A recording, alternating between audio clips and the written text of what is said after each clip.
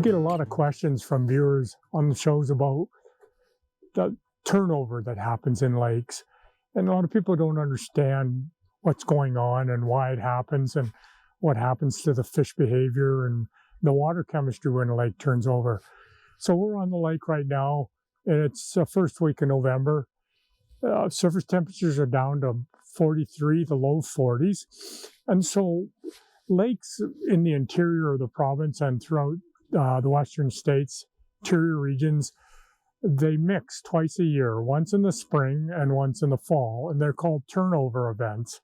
So right now, what's happening is that water temperature cools down to the surface temperatures get to about 39, 40 degrees Fahrenheit or 4 degrees Celsius. The water will become the same density in shallow water and deep water. So when water is between 38 and 41 degrees Fahrenheit, its density is similar, and the surface waters will sink to the bottom. When you add a good, strong wind, that will mix. That equal density water will roll over or turn over. And so bringing that bottom water up to the surface allows oxygen to be injected into the system through the air-water interface. At the same time, that mixing action brings up sediments and old decomposing plant matter. It brings it up through the water column, so the water gets dirty. So what was a clear lake one day, you come back 3 days later to fish, and it's dirty. That's because the lake is mixing. It's turning over. And same thing happens in the spring. Clear water at ice off, 2 to 3 weeks after ice off, turnover occurs, the water gets dirty, then it clears up again. So in the fall, we need that turnover event to occur to supercharge the entire water column with oxygen.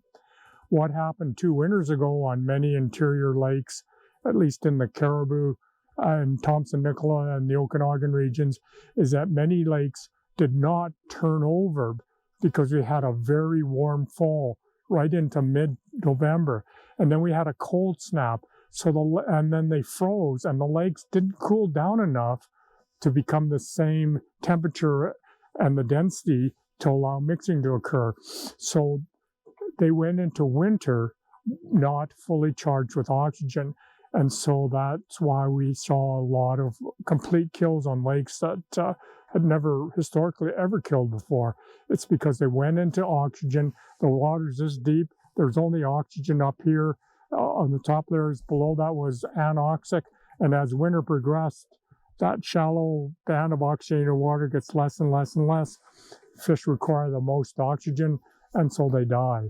So we need these lakes to cool down, turn over, supercharged with oxygen, and then they freeze over, and then they got enough oxygen to get through winter. So that's what we're hoping for is, we get the lakes to turn over, plus we need some snow.